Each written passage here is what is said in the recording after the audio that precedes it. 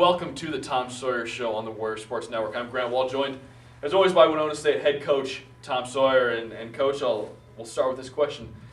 Where do you want to begin? 73 points, over 780 yards of total offense. That's a new conference record, not to mention all of the school records you set offensively. It was an incredible game to watch and had to be really, really fun for you to participate in.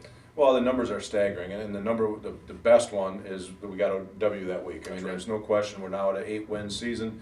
We haven't had that in 4 years now, so we're very excited about that growth. We have a chance to win 9 games in this league at this time, in this era. To go 9-2 is something really spectacular. So that was the most important thing, is get us in position one more week. We'll see where the rankings come out. We'll see what happens in the postseason, whether it's a bowl game or a chance to go to the NCAAs. So those are the numbers that I care about the most. Obviously, the offensive numbers, the 4 touchdowns, or the 10 people we threw to, the 4 turnovers by our defense. I mean, it goes on and on. Right. But to set conference records in this league, and we've had a conference since the 30s, that's huge. We talked about it with Rayon here a couple weeks ago, and now we're talking about it with our offense as a unit. Unbelievably incredible day. We'll go piece by piece through the offense, and we'll start with the offensive line, and we'll talk to Coach Blazek here in a couple minutes about what they're able to do. But you can't go for 780 yards without a great offensive line in place. Just talk about the job they did on Saturday. Well, first we got incredible leadership up front. Richard Lillos does an unbelievable job. He kind of controls the line of scrimmage. We inserted Roselle Gaden into the lineup here a couple weeks back, and he's just absolutely phenomenal. He's playing very well, and he played at the end of the game as well as he is. He's getting in game shape now after missing a few games. So he's back. Vance Ross, Cory Christensen, James Poliquin. And then I know you'll talk about the tight ends as well, but that offensive line core group now, they understand what we're doing with our offense. We're putting it all together. John does a great job controlling pressures. And when you got both those things happening, it gets pretty exciting. John Tegland, Conference Offensive Player of the Week, throws for 330 yards, only plays 3/4 of the game, throws a couple touchdowns. Also catches a touchdown pass, which had to be a lot of fun to see. But he has been playing at a very high level for the entire season. But it was all on display on Saturday in Sioux Falls. Yeah, he's incredible, and he's such a good football mind that he just continues to put us in the right kind of play. I'll tell you one story just from the game where they blitz the corner off the edge. Nobody sees it but him, and instead of taking a 3-step drop, he takes one and throws it out to Spear before the safety can get over the top for about a 12-yard gain. I mean, that's not in the game plan. That's just him being a great quarterback. And so those are the intangibles that he brings to the table that nobody sees or pays attention to because they just think it's another play. But his arm is great right now. He's throwing BBs. I don't know what he was. He only threw like 6 incomplete passes or something. 21 of 27 on the game. Yeah, it's phenomenal. And like you said, he only played 3/4, and then Brian Bradshaw comes in and he started out 10 for 10. Yeah. So that's unbelievable. He scored a couple touchdowns, or scored one himself and threw for one. But nonetheless, John Tegland right now, I'm really excited that he's a Player of the Week. He may have deserved it a couple times earlier along the way, but you got 16 teams. Yep. That's 16 quarterbacks, and to be this week, this late in the season, was great for him.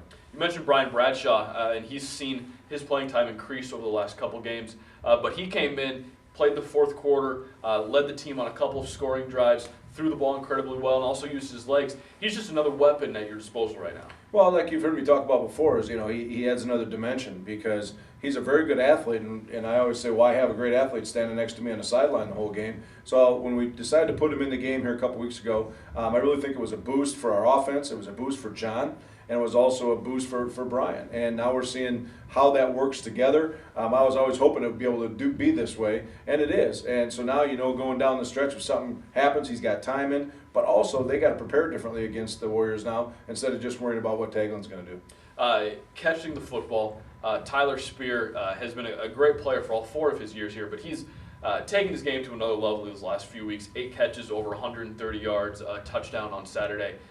He's leading just an incredibly talented group of receivers. Yeah, he's just a great athlete. He obviously played basketball for a couple of years in junior college and came back in here and has been great. But you're really starting to see his talent because he can do so many things. He blocks well. He can throw it. He's got a couple completions on the year. Threw a touchdown the other day.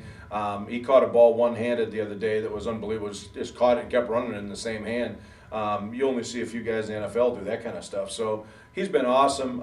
Sean Hurts just keeps doing his thing, just keeps catching balls. And a young kid by the Allen May, and Josh, those guys come in and all of a sudden here they are, and you still got Jay Adams doing his thing. So a core of about 6 guys, 7 guys that are great athletes, that are really, really playing at the best of their game. And we've been talking for all this time. Haven't even mentioned Rayon Simmons yet. Goes for over 180 yards, 3 touchdowns. Almost hate to say it, but just another typical Rayon Simmons game. Well, yeah, and unfortunately for him, the first drive we actually fumbled the ball and got hit from behind, and the ball came out. So, and after that we went on 10 of 11 drives. After that we scored, and so it was an incredible day. But yeah, he's a workhorse. He got going in the middle of the second quarter, and it was awesome to watch him. When he's in traffic and knocking people down and making people miss is unbelievable.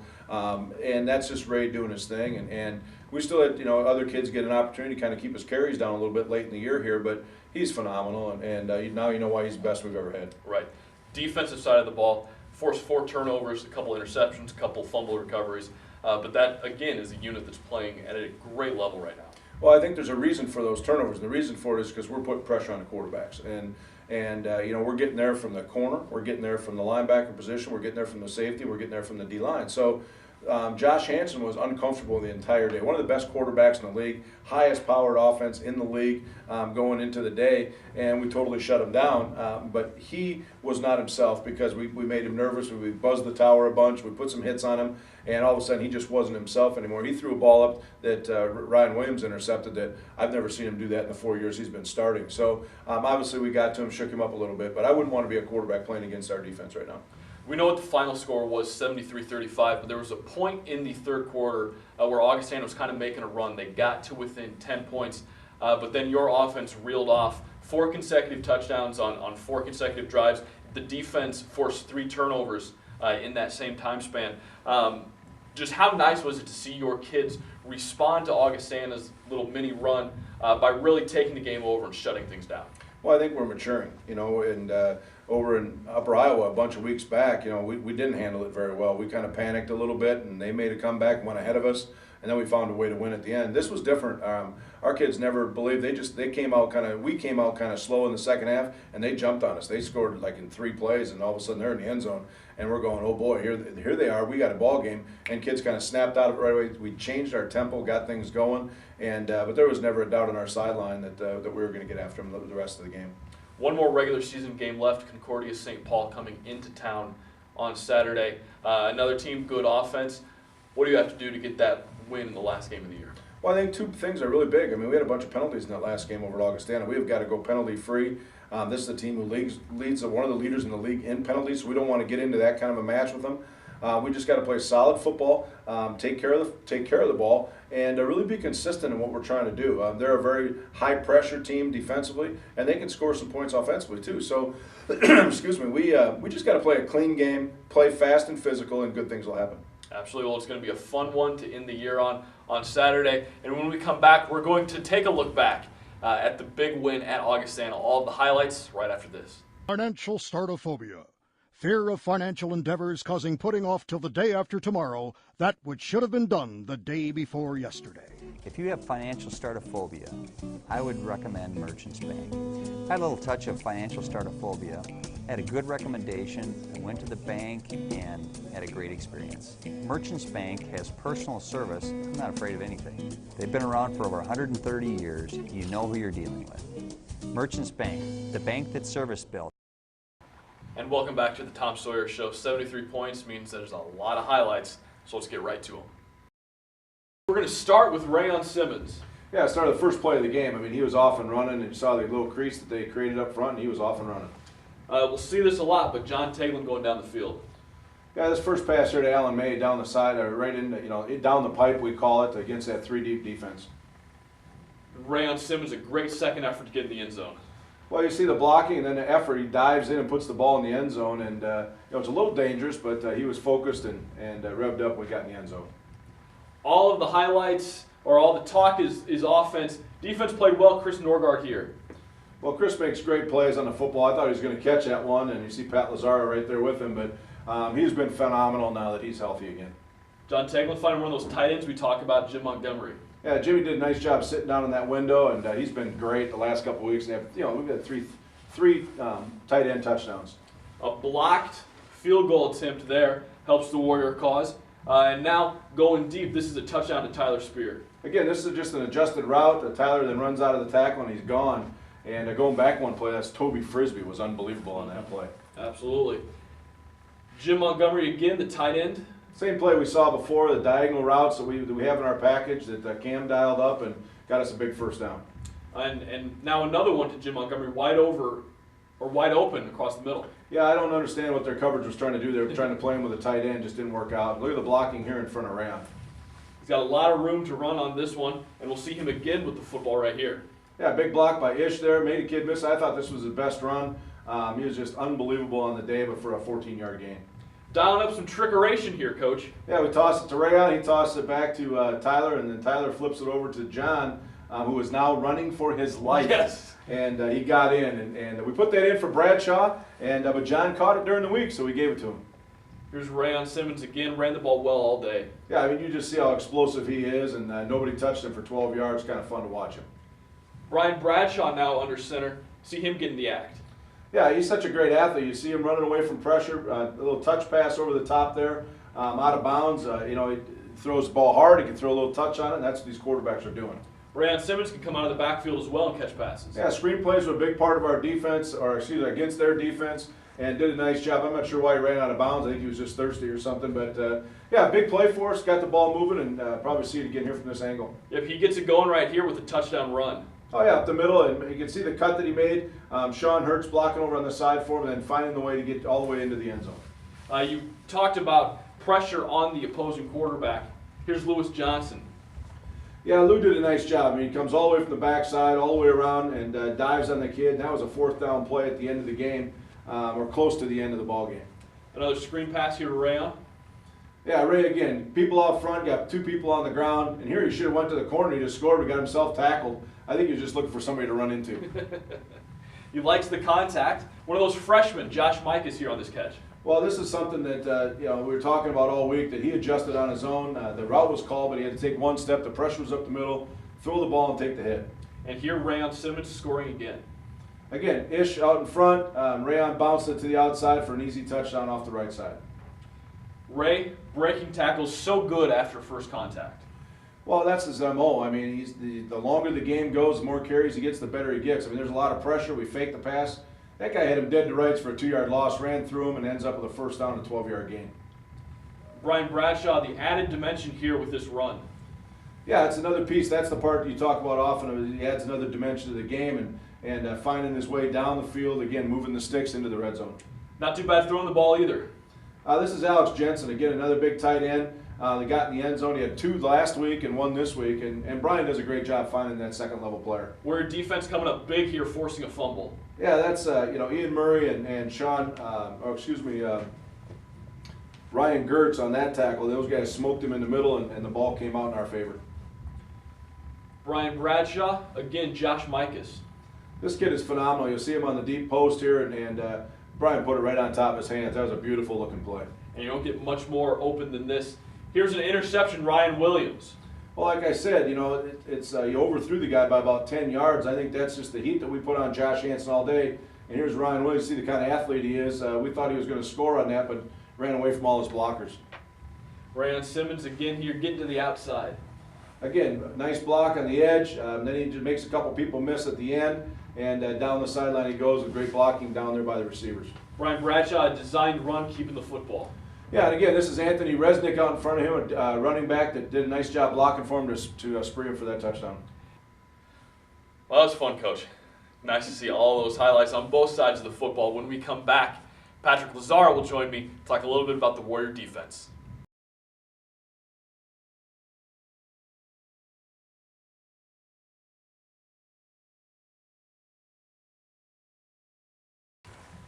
And welcome back to the Tom Sawyer Show. I'm now joined by Winona State defensive back Patrick Lazzara. And Patrick, the defense has been playing at an incredibly high level.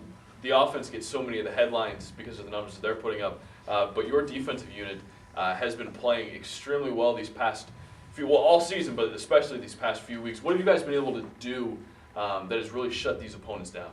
I think the biggest thing is we kind of found our identity, we know what we got to do going in every game. It's really about what we do. It's not really about the other guy. And we're just getting after it. We're all 11 and swarming the ball and looking to take it away and get it back to the offense. How nice is it for you as a unit not to worry about what the other team's doing, just knowing that if you go out and do what you're supposed to do, that the outcome's going to come out in your favor? I mean, it kind of takes a lot of pressure off you because we know what we do, we scheme up what we do, and we feel that when we do what we do, we can play against anyone. It's not really about what other teams are trying to do against us. We feel like we're pretty schemed up every week. So one of the things you've been very successful at all season long has been forcing turnovers. Forced 4 of them on Saturday against Augustana. How much of a boost does it give your defense? We know what type of boost it can give the offense, give them a short field, that type of thing. But how much of a boost does it give to the defense when you get a takeaway?